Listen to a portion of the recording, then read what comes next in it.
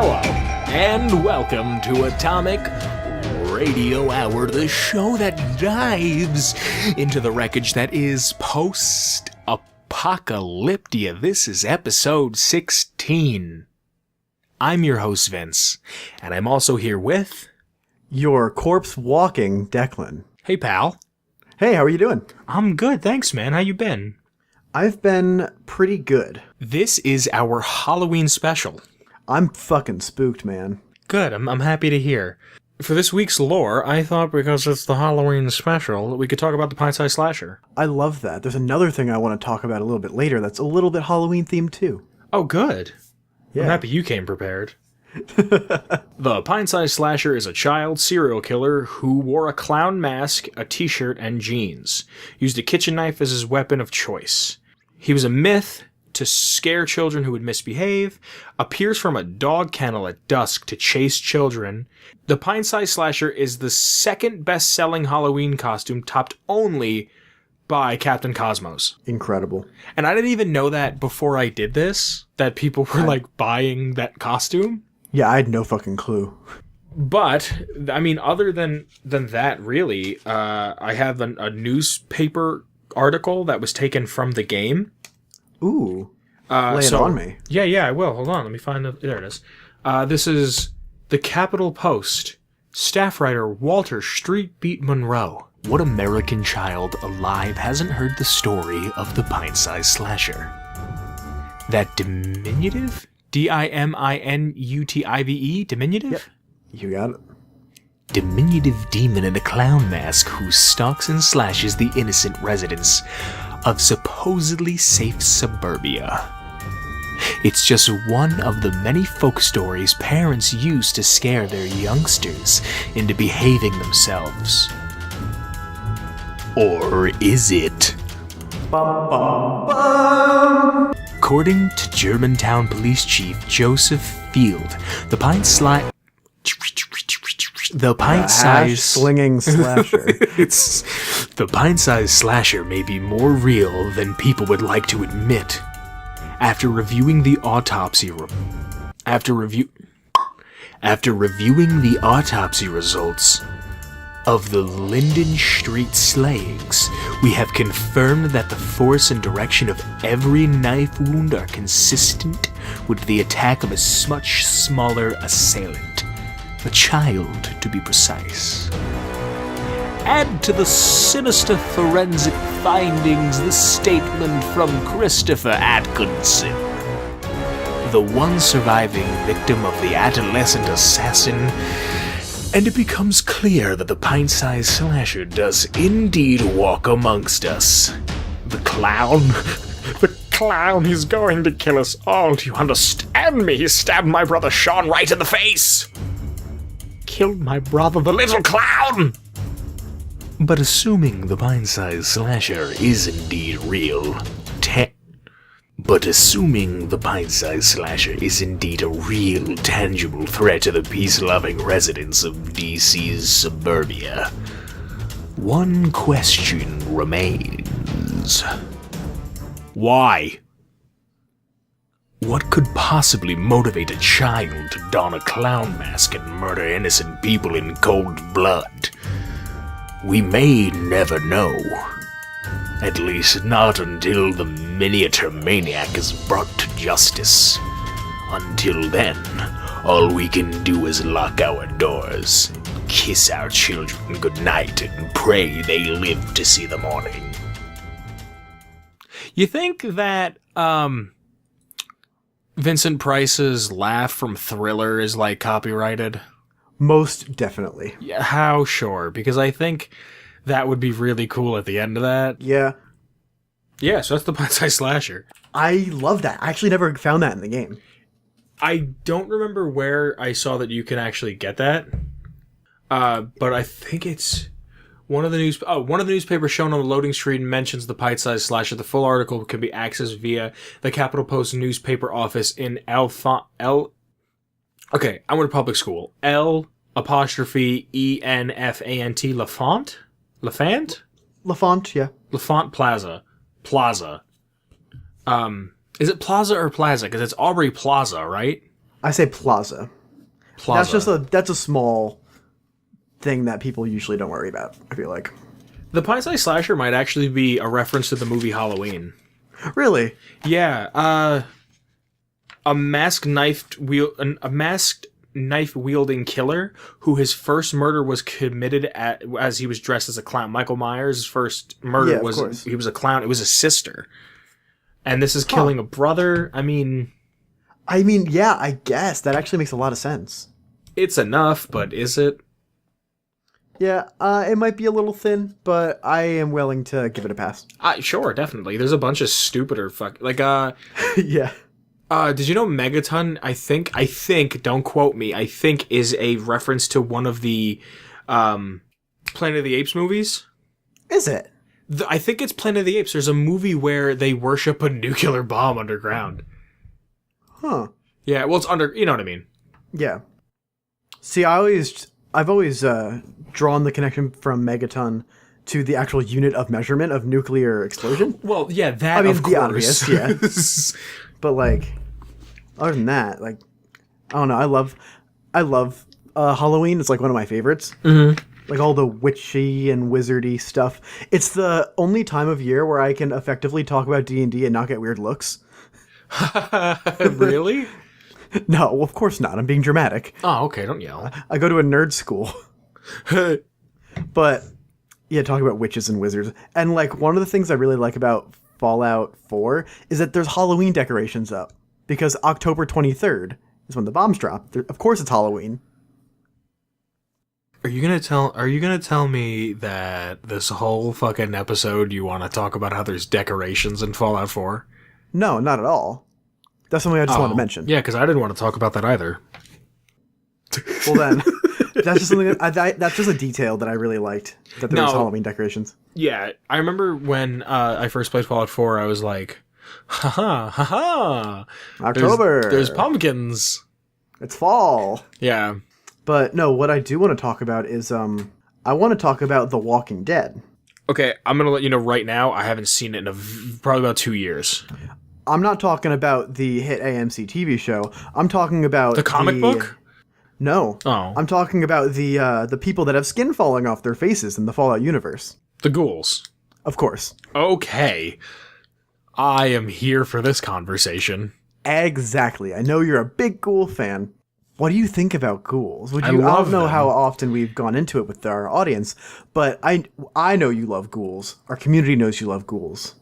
But can you give me like a reason why you like ghouls so much?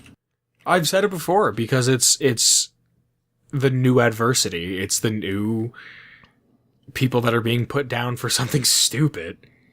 And I also I like ghoul culture, which sounds weird, but like if you look at the way ghouls kind of live, they do kind of live in like a dirty way. Yeah.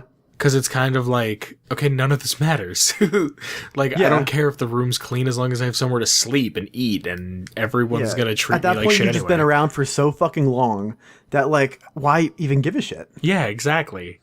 So, for any of the people that listen to this podcast that don't know what a ghoul is a post-necrotic human. Read off that wiki. They're generally rotting and often considered zombie-like. They are the way they are because of prolonged exposure to intense radiation.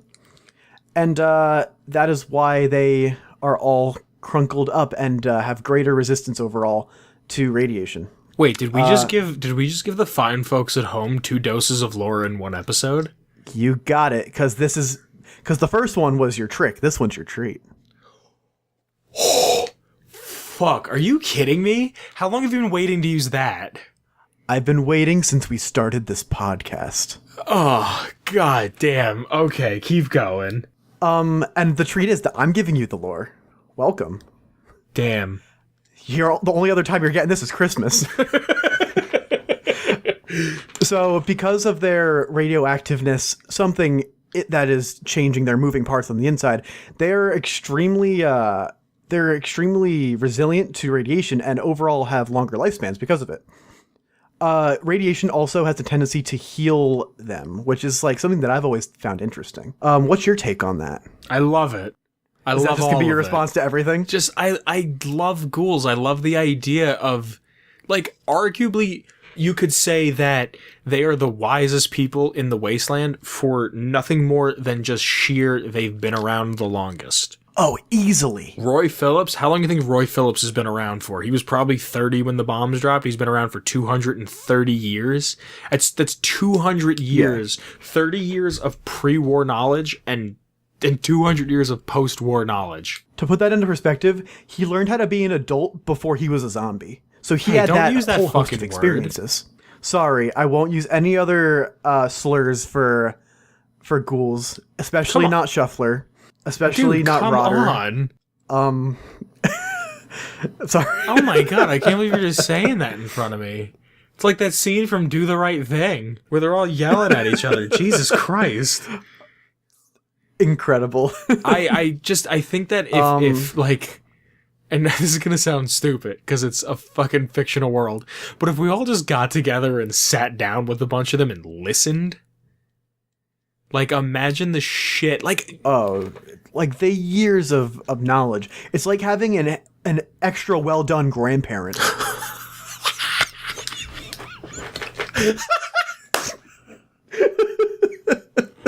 I'll take my grandfather extra crispy. Yes, broiled, covered in bacon. That's fucking brilliant. Most known ghouls in New California were created in Vault 12. It is now known as Necropolis, of course, and it was a part of the Vault experimentation program, where the vault door was left open just a little bit. Slightly ajar. Slightly ajar, and it basically microwaved everyone inside. The thing that I think is most impressive about this experiment is that, according to some parts of the Fallout canon, which is dicey nowadays, that ghouls only occur in people because of a genetic part of you. Like, you either die from radiation or you become a ghoul. That's a genetic thing. So all of the work that went into this was... It's like AIDS. Is it? No. But the most impressive part of this experiment in particular is that they would have had to go through screening genetically all the residents of the vault in order for this to have for them to have a full sample of ghoulies in their vault. Do you think so? Oh, easily. Otherwise, half the vault would have just been corpses, and then your scientific sample would have been a lot less, because you wouldn't have fucking known. I don't think they knew that ghouls existed at that point in time. Well, yeah, I guess you're right. This was an experiment to see on how exposure to radiation affected humans, I guess, so Yeah. maybe they didn't. Man, I just kind of thought about that in an entirely, extra way. Yeah, I didn't. You went. You didn't go down the block. You got in the car, drove a state away, and came back. Yeah. Yeah, that was the most notable settlement of ghouls in the wasteland, right? In the early games. It's probably one of my favorite vaults. Oh yeah, it's fucking incredible. The later, more current games, we have in the later games the notable settlements for ghouls is Underworld in the Capital Wasteland and Good Neighbor in the Commonwealth. I don't think that's like a ghoul only, but It's yeah. not ghoul only, but the population per capita is a lot more. You're right. Ba-ba-ba-da. Trying to think about the next sentence. The part of the thing that's interesting about ghouls, and you've mentioned it in the past, is that nowadays in Fallout time, if you have beef with someone, it's not because of the amount of melatonin. That's the wrong chemical. The amount Melanin. of... Yeah, I'm fucking so sorry. I'm sorry, universe. He's very sleepy. Get him. It's not because of the amount of melanin that is in your skin. It is because the skin is falling off your face. Yeah. I love it. And some of the words that I'm not going to say on this show ever in terms of negative stereotypes for ghouls are as follows: zombie, shuffler, brain eater, Oh my god. feral, in the case when one is not. Rotter, You could is another one. Let's just get Rotter, Dragger. I mean, it's pretty much you could add ER to anything, and it's a ghoul thing. Yeah. It's like breasts. Like you can add a plural to any form of breasts. Like, oh, look at those water bottles, look at those Legos, look at those sunflower seeds, look at those cigar boxes, and like it's breasts. Like instead of saying like look at the Funko Pops on her, like Oh my god, as long as it's plural. As long as it's plural. I forget who said that. I heard that when I was like really little. I think it was some comedian. As look at the records on her. Look at the stickers on her. Look at the Jack Daniels on that one. Like, I'm not saying it's right. I'm just saying it happens. That's insane. I never really had come to this realization because I respect women. No. I'm not saying I don't. I'm just saying it's something I heard. But I'm sorry, go on. So, almost all examples of ghouls were post-war, but there is one particular ghoul that is considered a pre-war ghoul. Just one? I could think of a few. Pre-war? Oh, I'm sorry. No, yeah, you're right. So, there is one example of a pre-war ghoul. And Spoiler alert. Spoiler alert. It's a Fallout 4 NPC. And he was a part of a crime family in Boston. He is Edward L. Winters, known as Eddie Winters in the game. He was a mob boss in Boston in the 22 blop. I don't know that date. He was a mob boss in Boston. So in the 2070s. In the 2080s, apparently. The 2080s? No, he currently lives here in 2287, but I couldn't make a sentence because I'm an idiot. No, that's okay. I'm not going to hold it against you. Yeah. I love you. He was probably a gangster in the 2070s and the 2060s. Oh, can you take that part out about me being an idiot? Because I've been I'm leaving rambling it for the in. past I'm leaving sentence. this in, too. No, please You're don't do good. this to me. Please No, don't it's do fine. this to me. No, I chose that you're human, not one of those fucking rotters. That was wrong. See? Yeah, you can't See, we can all say partake that. in it. No, I can't, but I did because I wanted to prove a point. So he was a part of this crime family, and he had done crimes ranging from larceny to first-degree murder. So he was suspected. Okay, hold on. I gotta cut you off. Yes. What's the difference? Like, what's second degree and third degree? Is there a fourth degree murder? It depends on circumstance.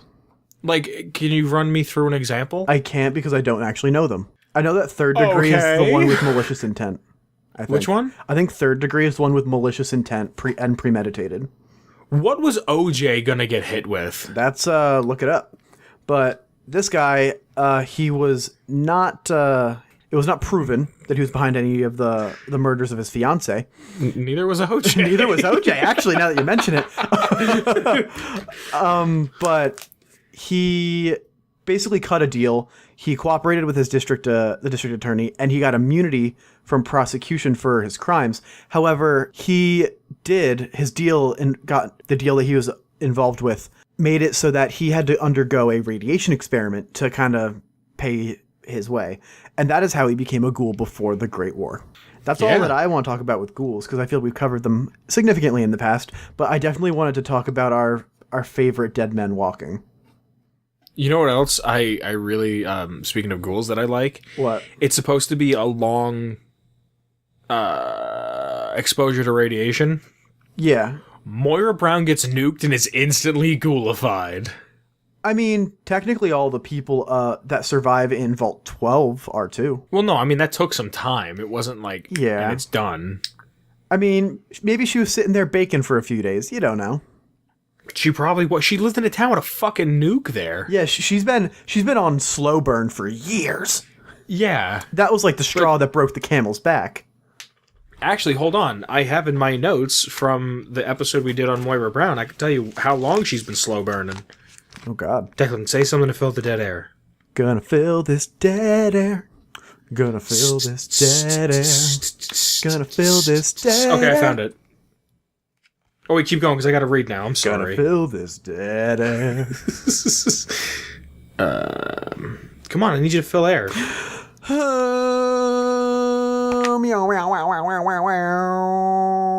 Okay, she moved to Megaton sometime before 2263. So, she was there for... Like, Like 15 years? yeah, 15 years. So 15 years of slowly absorbing radiation like a post-apocalyptic sponge. Jesus Christ. Her bones must hurt all the time. Does radiation do that to you? I'm pretty sure. Doesn't it, like, degrade your joints? I don't know. I don't know how radiation works in the real world. You know what I really want to get? I really want to get a Geiger counter. Like, just to have one. Yeah, that'd actually be kind of an interesting thing to have. Just to kind of, like, go around and see how much radiation emits from, like, my TV or my phone. Yeah. Just to have one. I've actually used one before.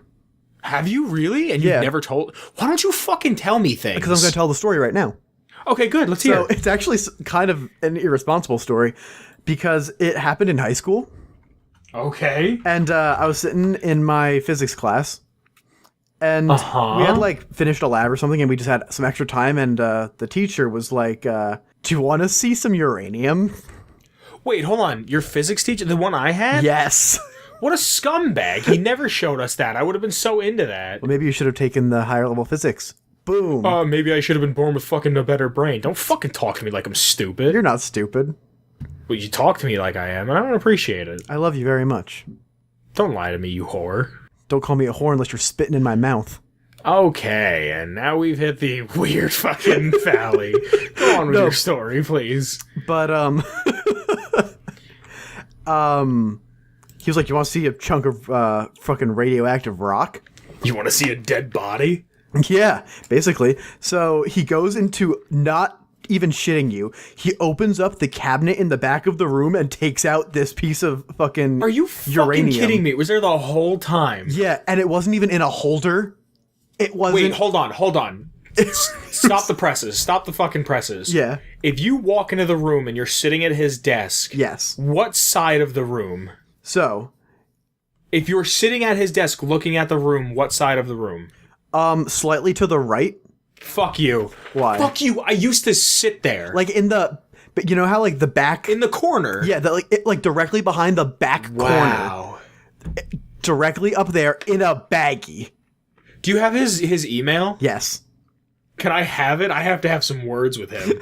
Yeah, after the show. I'm gonna be like, I took your class. You probably don't remember me. I did not at all like the class. Sorry. I did my best, and I always sat in the back right, and you had uranium there, and you didn't tell me? And let me be clear, it was in a fucking baggie. I don't care what it was in. I wanted to fucking see it. I wonder what would happen if you swallowed it. Oh, God. That shelf is, like, the most radioactive shit in the fucking county, and it's just sitting there. So one time he brought it out, and he's like, yeah, here. And he, like, put a Geiger counter next to it. And, There you go. And he put a Geiger counter next to it, and it went, like... Tickety tick tick means run your ass out of there. Exactly. And I was like, holy shit. And he's like, yeah, you should probably wash your hands. Holy shit. Why did you ever tell me this story? I just didn't really think it was significant at the time. I don't know. We fucking talked about playing Fallout all the time. I never really thought about it. It's only something that came up now. Yeah, because you only ever fucking think of yourself. Wow, that was really mean. That was definitely a trick, not a treat. And, yeah, that's the lore from me, I guess. Like I said, you're only getting another one of these at Christmas. I'm looking at Geiger counters on eBay. Yes. And there's one on here that looks like... It looks like a Cold War era. Ooh. It's really neat. It's yellow. I love the paint job. Ooh, let's read it. It says OCDM item number and then a serial number, model this and that. The Victorin? Victoreen? Victorine instrument made in Cleveland, Ohio. Oh, you put headphones in it? Really? $65, yeah. I see one, it's like yellow. Yeah. It's got a handle. I found one that's buy it now for 40.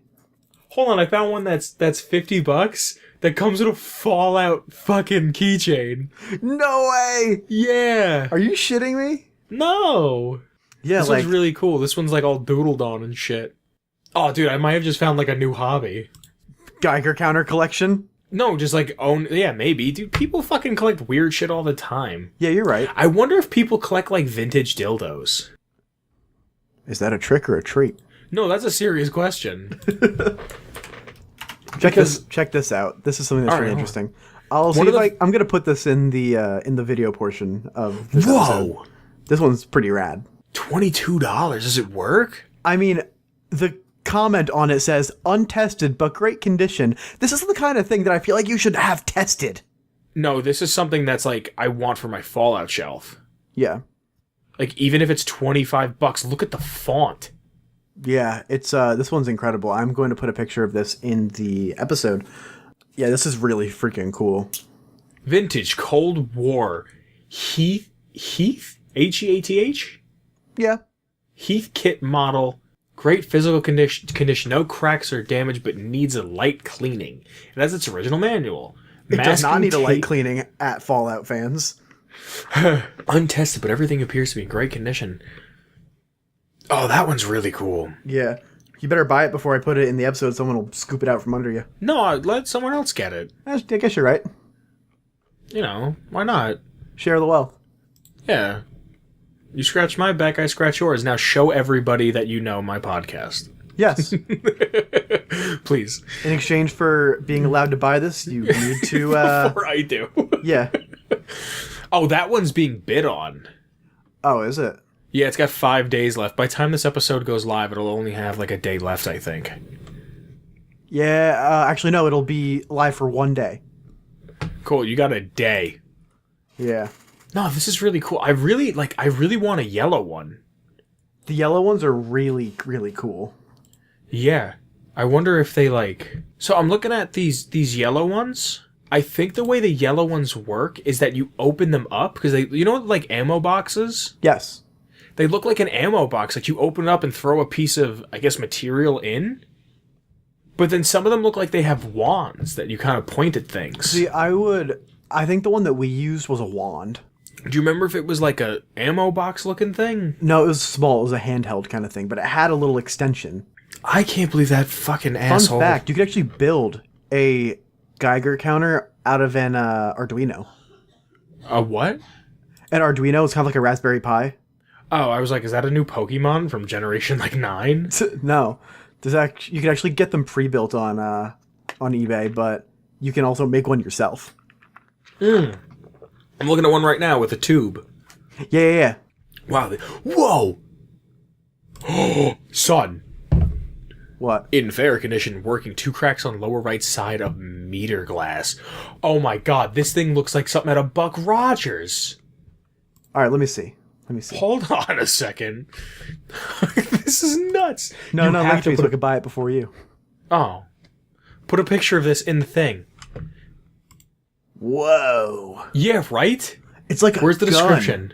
Yeah, it's called like the Geiger gun. Was manufactured in the 50s for uranium prospecting. The Geiger gun is difficult to find for radiation instrument collections. The Geiger gun is operational. It responds to a source disk, which is included. It uses 1D battery, which is included. When it is turned on, there will be a buzz sound from a chopper circuit, which is normal, and an earphone is included. This thing looks like a fucking gun. It looks... Oh my god. Yeah, it looks... Declan, put a picture of this in there too. Absolutely. This... It's almost like a special, like, laser pistol. The first thing I thought of was, like, the alien gun, and then, like, something it does out look of, like the alien gun. Like, 50 sci-fi. Yeah, this is incredible. Oh my god, this is it's not even, like, I would just want it because it's, like, a piece of art. For anyone that's listening in their car on their way to work, and you can't be watching... Make sure to subscribe to us on YouTube so you can actually see it. Yeah, look up Geiger gun, because this thing is incredible. This thing's really cool. Like, I'm, like, a little blown away by this. Yeah. Ah, dude, if shipping wasn't fucking $12 and I didn't have to... And if I didn't get paid for another week, I might buy it. It's so cool. If you look up Geiger gun and you click images, you can find advertisements for ones that are similar. No fucking way. Yeah, there's one that's real cool by Radek. By who? Radek. Oh my god, $179.50 from what year? In that time. Son, that's how much money you made in like a month. Yeah. Scientific radiation detector. That's the model we were just looking at. Look at that. Yeah. Model S 101. Oh, bringing it all back to Fallout. Okay, we should honestly get off of the visual aspect. Let's get off of the Geiger gun. But yeah, that was my story about college or of high school physics and radiation. Son, I'm so heated that he never and he knew with me that I had no patience with that class. Yeah.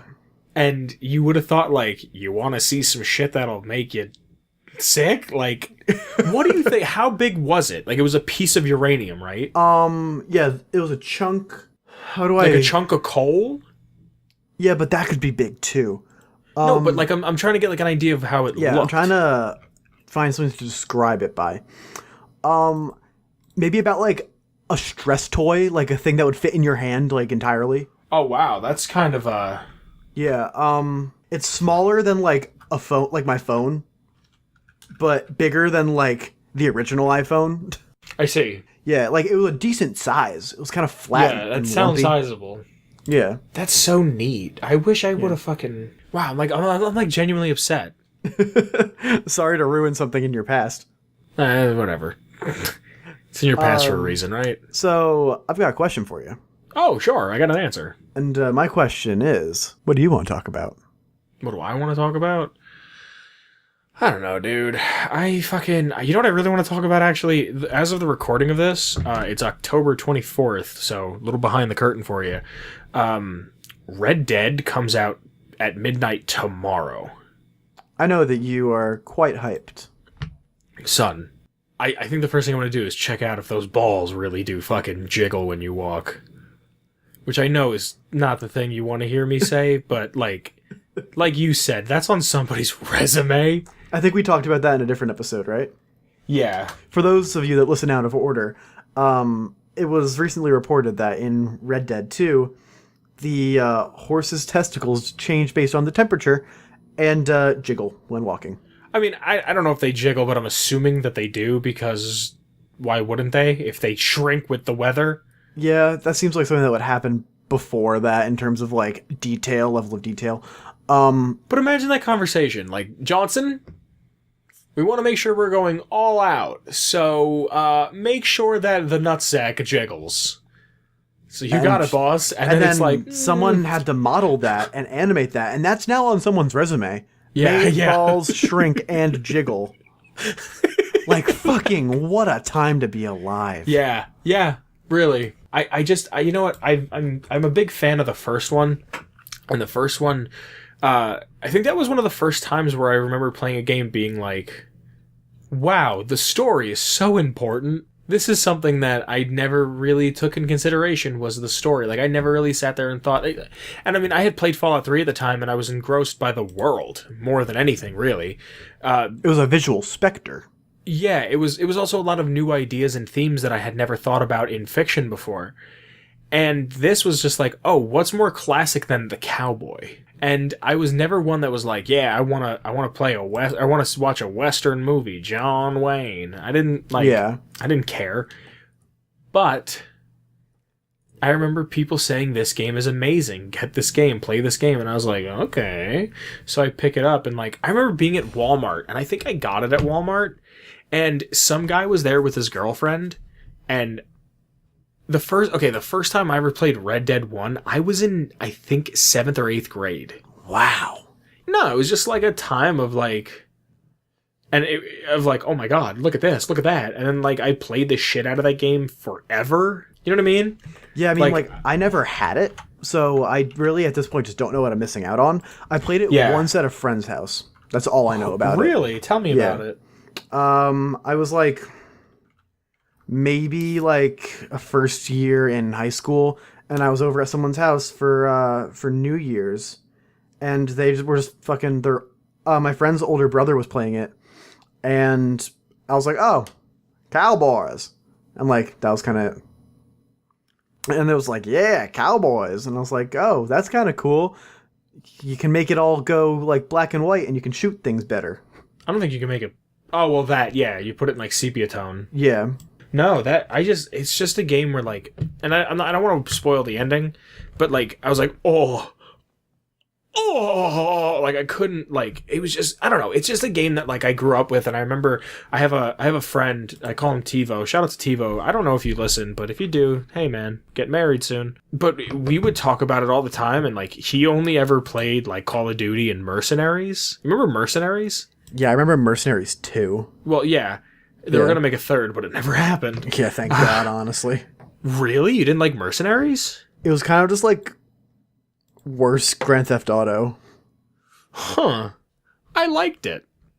Like, I don't know. It was just it was kind of eh. It was a game that I didn't mind getting for $10 from the dollar, or like from the rack in the middle of like the aisle at Walmart, that like they're just kind of thrown in there when they've outlived their life. Yeah, you're right. Yeah. I don't know. It was just a game. I think it was the second game I ever bought for my Xbox, so it holds like a little special spot for me. Yeah. But it was a game that he I think he 100%ed the game For Red Dead. for Red Dead. Wow. Yeah, and he's like, I've never 100%ed a game before. That game is just amazing. He must be really excited for Red Dead 2. I think he might be. I was like sending him tweets and like sending him texts and being like, this is a game that is happening very soon. It's coming to PS4, right? Yeah, it's PS4 and Xbox because they don't want to put it on PC for some reason. I thought I read an article that was saying that it was going to make its way on PC, kind of like how GTA 5 took forever. Yeah, but they should put the first one on too. Yeah, backwards compatibility for PC though is kind of eh. Yeah, but it's not like you couldn't... I mean, you couldn't optimize it? I mean, you could, but that's just a lot of, like, manpower. And It's like a 10-year-old game. It's like a 10-year-old game, yeah, but it doesn't mean it's not a fully featured game at the time. No, I didn't say that. Yeah. I'm just saying it's an older game. It's not like it's brand new software that we have to work with. But think about it from a business perspective. Would you rather dedicate a team of highly talented programmers and designers to fix an old game that's not going to make as much money, or make something brand new that's going to have $1 billion budget and crank out billions of dollars in money? No, I'm with you. Yeah. As much as I would love to play the original, I don't have an Xbox 360, and I don't think it was ever remastered, so I'm never going to be able to. But if you know somebody with a 1, you could bang it out on the 1 quick. Yeah, I just, at the same time, like I said, I'd love to play it, but it's just like kind of I know, too many steps for me to go through with it. Yeah. I'm not disagreeing with it. It's just it's a game that, like, Rockstar, except for lately, Rockstar has been making great games. Like, GTA 5 is great and all, but their online, like GTA Online, is fucking ass. And I mean, I've had fun with GTA Online. no, yeah, it can be fun, but it's like, oh, I want to buy a car, but I don't have $14 million. And every car on here that isn't $14 million is but how do I get $14 million? Oh, I have to play all these games, but these games give me no money. Well, I could buy a shark card for $100, I get $8 million. Yeah. Also, Rockstar has made, I want to say... Hold on, let me Google it so I don't sound like an asshole.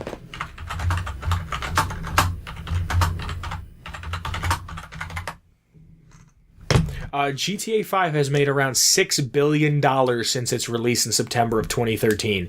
This means GTA 5 has made more money than any book, film, record, or video game ever released and shows no signs of stopping. Keep in mind, it's sold less than Minecraft, which sold 144 million units, though it has raked in even more revenue. And that is from April 9th of 2018 by Gadgets?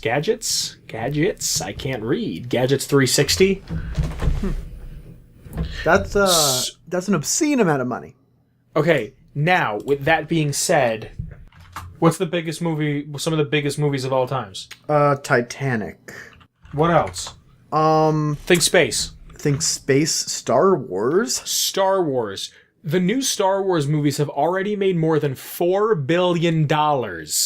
Disney paid for the franchise in 2012, with The Last Jedi making $900 million worldwide at the box office. Wow. The Disney-owned Star Wars movies have combined earned over $4.6 billion.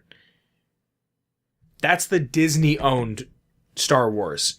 And this is from December of 2017, so that's not taking into consideration The original trilogy and the sequel trilogy. I don't know if that is included with this, but it's also not taking into it's probably only The Last Jedi and Rogue One, which is a fucking god-awful movie. It wasn't that horrible. movie. That's one of the few movies I've ever fallen asleep during. Really? You went with me. Oh yeah, you're right. Okay, Star Wars was released in theaters in the United States of May 25th, 1977, and earned $461 million in the U.S. and 314 million overseas, totaling in 775 million. It surpassed Jaws in 1975 to become the highest grossing film of all time until the release of E.T. Now, hold on a second. What year did Star Wars come out? I just heard you say it. 77? I was gonna say 77, yeah. 77. There's probably someone going, how do you not know what year Star Wars came out? It's a cultural phenomenon. It's really good. 775 million. Yeah, what's the inflation? Are you checking that? Yeah. Cool. Oh my god, there's no commas. What cost... Okay, hold on. I'm gonna sound like an idiot. I went to public school. 750,000,000 is 775 million, right? That is 775 million. Okay. Adjusted for inflation. Are you following me, my friend? Yeah. Okay, you ready? Yep. 31 85 56 05 96.71. So that's something to the tune of $3.2 billion. Okay, so roughly, if the first Star Wars would have come out today, it would make $3.2 billion, right? Yes. That means whatever this article that I just read, which is from Business Insider, saying that it made 4.6, right? Yes. Like, GTA has been out for 5 years? Yeah. And has made $6 billion. And here's the best part. Rockstar came out and said that GTA Online does not have enough microtransactions. Excuse me? Yeah. They said they weren't microtransactioning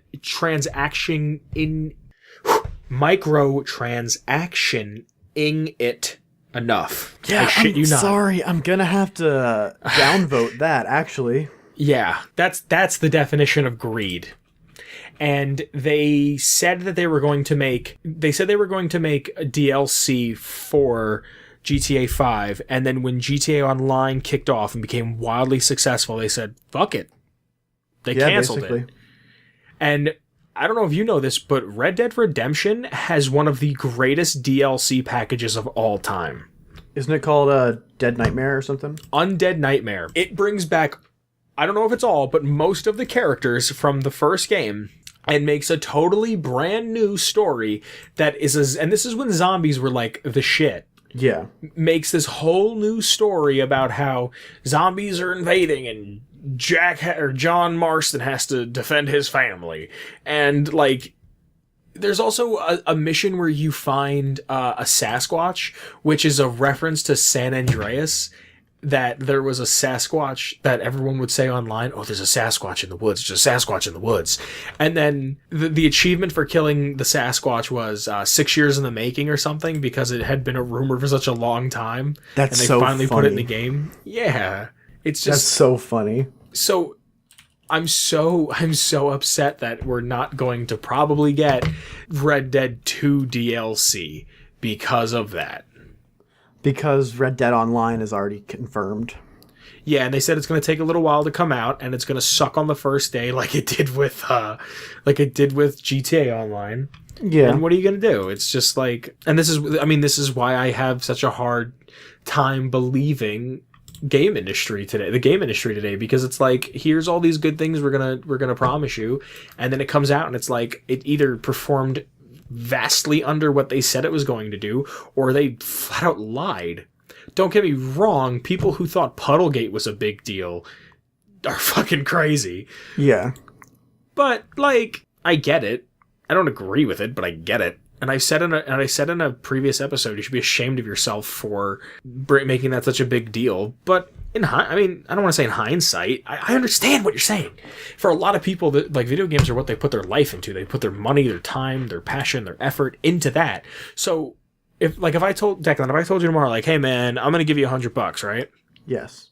And I was like, and I came to you and I gave you a bunch of singles, and you're like, oh, hey, thanks. I mean, it's not what you said.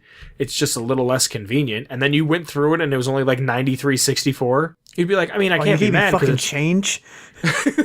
Yeah. Like you'd be like, well, I can't be mad because, I mean, you gave this to me, but you could have at least been like, hey, I don't have the full 100. I have, 93.64. Yeah. Like, you know what I mean? I get it. I understand why people are upset. At the same time, if this were, I'm going to run with this and kind of bring it back to Fallout a little bit.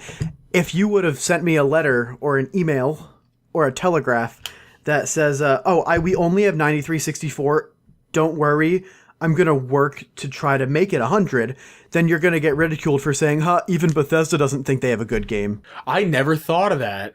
Did you see the letter that was floating around Twitter recently? I read it quick, but I didn't really absorb it. And Can you give me the gist? Very heartfelt. I thought it was beautiful. That it was like, listen, we're going into this new chapter of our game development journey together. This is something that's completely new, and it's going to have bugs of spectacular form, and that's okay, and we're going to work to fix it and support it.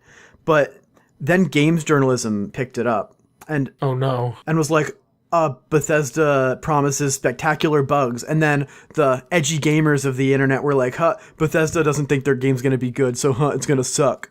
Like, wow. They make this really nice statement about how they're trying their best to make something brand new and interesting for their fans, and then people take it and turn it around the entire wrong way, and it breaks my goddamn heart. Yeah, but you know what the problem with that is as well? Is that everybody has a voice now, and everybody thinks their shit doesn't stink. Like, everybody has a Twitter. I like Twitter. Like, I could go on Twitter right now and type and just put the moon landing was fake the first time, but the second time we went to the moon, we put a base there so we could genetically modify gorillas so they could become super soldiers in the future. And like say 100 people saw that, 6 people would see that and go, he makes a valid point. And then from there, it would evolve into this crazy movement of just like people who think like the earth is flat, and that if you vaccinate your kids, you're giving them Down syndrome. Yeah, like, and it's always the minority that's the right? Is that how it is? Yeah, the vocal minority always ruins it for everyone else. Like Rick and Morty. I will fucking bash Rick and Morty fans left, right, and center because it's funny to me because that show is great. That show is great. I don't want to tell people I'm a Rick and Morty fan because they're going to be like, wubba lubba dub dub, I'm Pickle Rick. Yeah. You know what I mean? Like, exactly. I know exactly what you mean. Yeah, you understand? And then, dude, the first season of Rick and Morty, I used to walk around and go, it has been a hard mating season for a bird person. Like, that was the fucking funniest shit to me. Yeah. But, like... Pickle Rick. Yeah, Pickle Rick. I want my Szechuan sauce for my fucking nuggies. Fuck you. Yeah. Fuck you. There's a great Binging with Babish video where he makes them. He makes the sauce. Yeah. That's pretty cool. Go fucking make the sauce. He's great. I love his channel. Yeah, that's really cool. He made I think he made the monster cake from Zelda. He did. Yeah, that was a really cool one. Yeah, that is a good one. He did recently a fucking King of the Hill one where he made Frito pie. Yeah. I watched it like twice because I was like, why am I watching this? This is so entertaining. He makes quality content. Family friendly quality content. But yeah, in terms of games, I kind of see what you're saying with they promise you 100 and give you 93. But at the same time, the expectations at this point in the games industry is so 93.64 roof. 93.64. 93.64. Don't forget that 64. That could round up to another $1. I'm sorry. Continue. Are so through the roof. Yeah. At this point, because we've seen amazing advancements in technology, in 3D technology, VR, in rendering, in ray tracing is just around the corner. What? That's a topic for a whole nother debate. Wait, give me the SparkNotes version. It's just a way of rendering content that's like brand new and going to be revolutionary, but it's not supported by anything yet. Okay. So much money is being poured into this industry that it's a huge multi-billion-dollar business. You were just rattling off numbers. And as much as I'm sure every game designer in the world wants to make something incredible, behind every good designer is a team of legal people, of business people, of managers, and there's so many hands being just like shoved into the cake at this point that it's really hard to say we want to make this thing incredible without a lot of limitations being set, and limitations that sometimes kind of spoil the cake. Okay, let me ask you this then. Yeah. Do you think, like, big industry, like, I don't know how to say this, but, like, an industry, like, something that's not indie, ruins the idea of it being art? Not in the slightest. Okay, why? Because at the end of the day, games, next to movies, are the biggest collaborative pieces of art in history. Okay. Because of the amount of talent and skill and love and effort and blood and sweat and crunch tears that go into these games, it is absolute art that any of them even release on the date they say. Okay, so here's the thing. Have you seen the trailer for mid-90s? No, I'm unfamiliar. I want to see that movie in the worst way. It's about kids skating in the the mid-90s. That sounds very like what is that? Like Big Brother magazine or Little Brother magazine? It's like fucking like G4 and MTV, like that vibe. Kind of. You have to see the trailer, because the trailer, I sent you the one song. The song Omega, the band is Omega, and I don't know how to pronounce it because it's in like Swedish. It's Kanye samples it on Thing. Yeah, that song is used in the trailer, right? Yeah. And like Jonah Hill wrote and directed the movie, right? He has said that he wanted to write this movie from the perspective of a kid who listened to hip-hop growing up, and he said that it was how my parents had the Rolling Stones and the Beatles. I have Mobb Deep and A Tribe Called Quest. Fucking, I love Tribe. Tribe, come on the podcast. Just A Tribe Called Quest. Everybody, come on the podcast. But it was just like, he was like, this is what I think needs to be said, is like, this is my generation's big music, like how everybody had X, Y, and Z, we have this. And apparently to such a help me out here, such a view of detail, he wanted the garbage bags to look like they were from the 90s. No shit. Yeah, apparently there's that much detail within the movie that I was watching. You ever watch Sneaker Shopping? No. I hate that I used to make fun of kids for liking sneakers. I totally get it. Like, like I'll watch it every once in a while. If I see a new episode, I'm like, oh, cool, and I'll click it. And him and the main character from the movie were out, and he's like, I cared so much about how garbage cans looked and how garbage bags looked and just the garbage of the movie. But he said in one interview he wanted a song, and he wrote the scene to the song, right?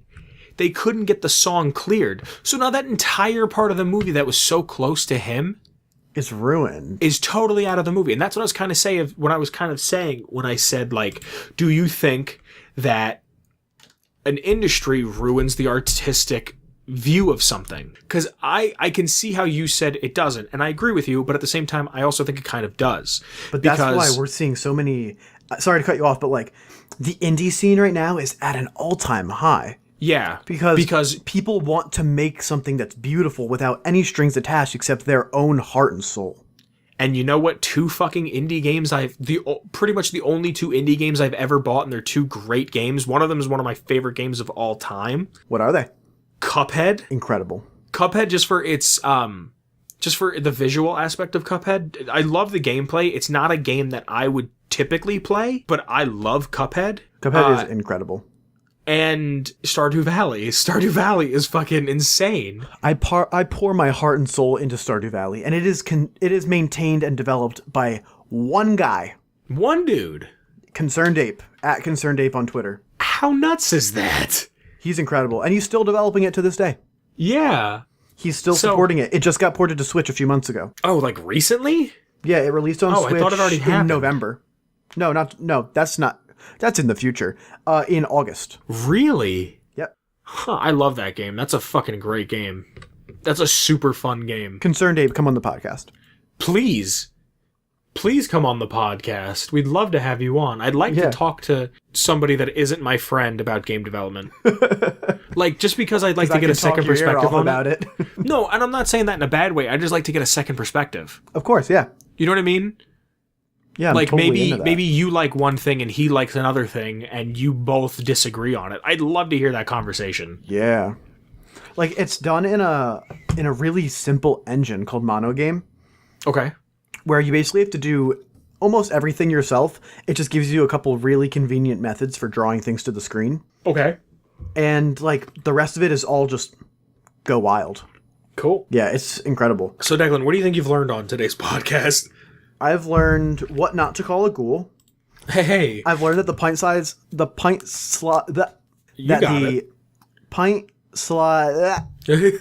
a hash slinging slasher Yeah. is actually a real story from the game, of course. Yeah. Because I've only ever seen it in Tranquility Lane. Whoa, hold on a second. What? We did a whole thing of lore on the the bite-sized slasher, and not until now have we brought up Tranquility Lane. Don't worry about it. Next episode. Not next episode, but a future episode. We'll talk about Tranquility Lane. Yeah. I've learned that. I've also learned a little bit about your early game habits. Oh? Like Red Dead and Mercenaries. Oh. I was gonna say, how did you know that I played Fable 2 in my underwear for 16 hours a day?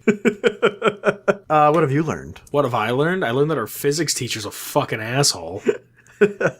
He's fine. Come on the podcast. I'm not gonna say your name, because you're a secretive type of cat, but come on the podcast. Yeah. What did I learn? I learned that you could find Geiger counters for under $100 on eBay, and I'm really considering buying one. I would. Yeah. You never know when the third nuclear war, or the third world war is coming. Nuclear war. Yeah. I don't know. I might get one. I mean, yeah, that's all I really have to say for today. I've learned about a great place to learn about Fallout and talk with other really great people about Fallout. Would that be our Discord? That would be our Discord. Our Discord? Yes. So if you would like to talk with us on a regular basis and another fine cast of characters, you can find our Discord link in the description of the YouTube video and in the description box of the podcast. Beyond that, I've also learned that you can find us on Twitter. You can find us on Twitter. You can follow the show on Twitter at Atomic Radio Hour. Once again, that's the show itself, at Atomic Radio Hour. What about you? What if they want to find you, Declan? You can find me at Declan_Bean. I talk about coffee and drag queens. Cool. What's your Twitter handle? Declan_Bean. One more time? Declan_Bean. And if you'd like to find me and listen to me bitch about shit, you can find me on Twitter at all capitals _Boogans. Once again, that's at _Boogans in all caps. So without further ado, our content for the week. Here it is, coming at you. Super boppity boopity bam. Hey, bye everybody. Bye. Be safe. Wear a condom. Oh, please God, do that. All right, bye. Medical log of Dr. Victor J. Steinman. During some travels, I had studied some ghouls. There's one particular case where I saw a normal feral ghoul almost talk, communicate like it was a feral of its kind. It seemed to almost understand, but in the end, a feral is always a feral. More study needed. Atomic Radio Hour.